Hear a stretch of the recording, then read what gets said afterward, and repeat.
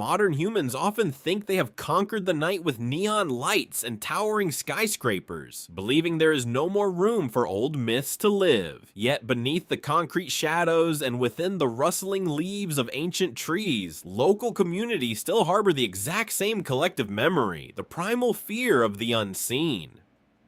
Pop culture loves to portray local ghosts as pure supernatural monsters jumping out of the darkness to seek random violent revenge. But through the lens of cultural anthropology and neuroscience, our traditional ghost myths are actually mirrors of social taboos, historical trauma, and the way our brains process fear. Today we are going to dissect the anatomy of these local ghost myths to see how these ancient fears were formed, and why they refuse to fade away. In local folklore, the Kuntilanek is always described as the manifestation of a woman who passed away during childbirth, constantly haunting large trees or abandoned buildings. Anthropologically, this myth actually functions as an ancient social warning system, designed to maintain community morality and protect dangerous areas. The myth strictly forbids pregnant women or children from wandering outside during twilight, effectively separating the safe village zone from the wild, predator-filled jungle. Our brains utilize the vivid narrative of a ghost in a white dress so that these vital boundaries are passed down and remembered by village children for generations. We aren't actually afraid of the ghost itself. We are subconsciously obeying a cultural law to not cross safety lines once darkness falls.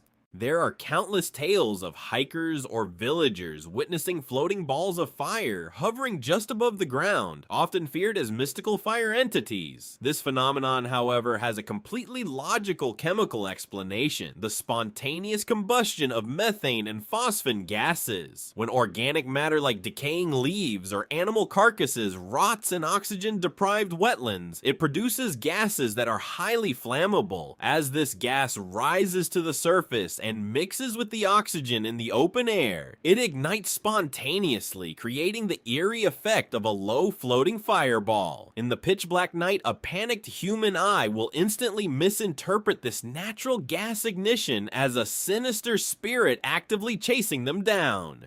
The terrifying myths of giant shadow creatures pinning you down or sitting heavily on your chest in the middle of the night stem from a glitch in our sleep cycles, medically known as sleep paralysis. This condition occurs when you abruptly wake up from the REM stage while your body is still locked in its natural state of immobilization. Because your motor cortex hasn't reactivated your muscles yet, you find yourself completely unable to move your fingers, speak, or even breathe comfortably. An awake brain trapped in a frozen body immediately triggers a cognitive short circuit, projecting vivid optical illusions of a massive dark silhouette looming over you. Every culture has assigned a mystical name to this neural malfunction, transforming a simple transitional sleep freeze into a local legend of demonic oppression.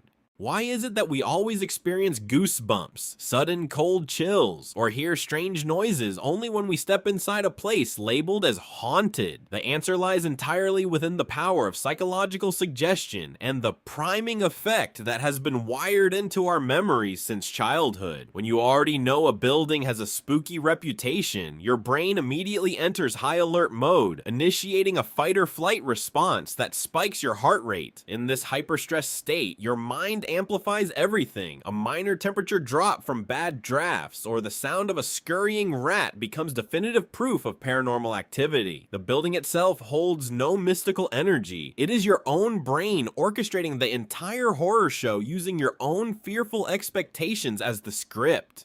Many ghost stories manage to survive for decades because they are backed by the solemn testimony of trustworthy people who swear they saw it with their own eyes. The problem is that human memory is not a flawless digital video recorder. It is highly reconstructive and incredibly easy to manipulate. Every single time we retell an unusual event, our subconscious brain naturally fills in the blanks, adding new details just to make the story sound more coherent or exciting. This sociological phenomenon transforms a trivial glimpse of a stray cat's shadow into a full-blown ghostly encounter once the story passes through 5 different people. These eyewitnesses aren't maliciously lying to us. They are simply dealing with a memory that has undergone automatic modifications by their own psychological ego.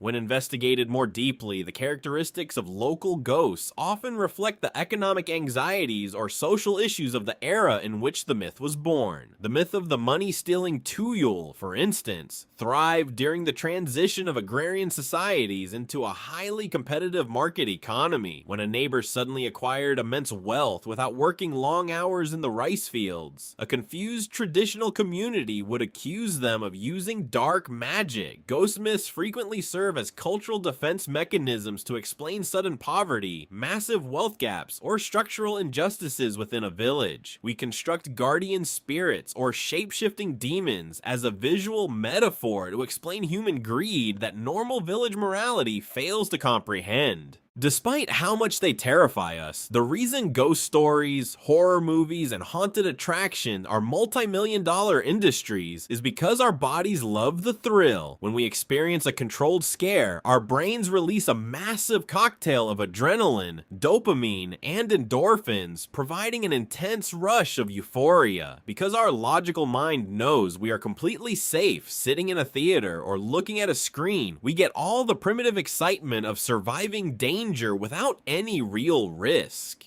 This chemical cocktail makes horror entertainment highly addictive, turning our evolutionary survival instincts into a form of modern recreational play. We don't share ghost stories because we genuinely want monsters to be real. We share them because we love the biological rush of feeling vividly alive together in the dark.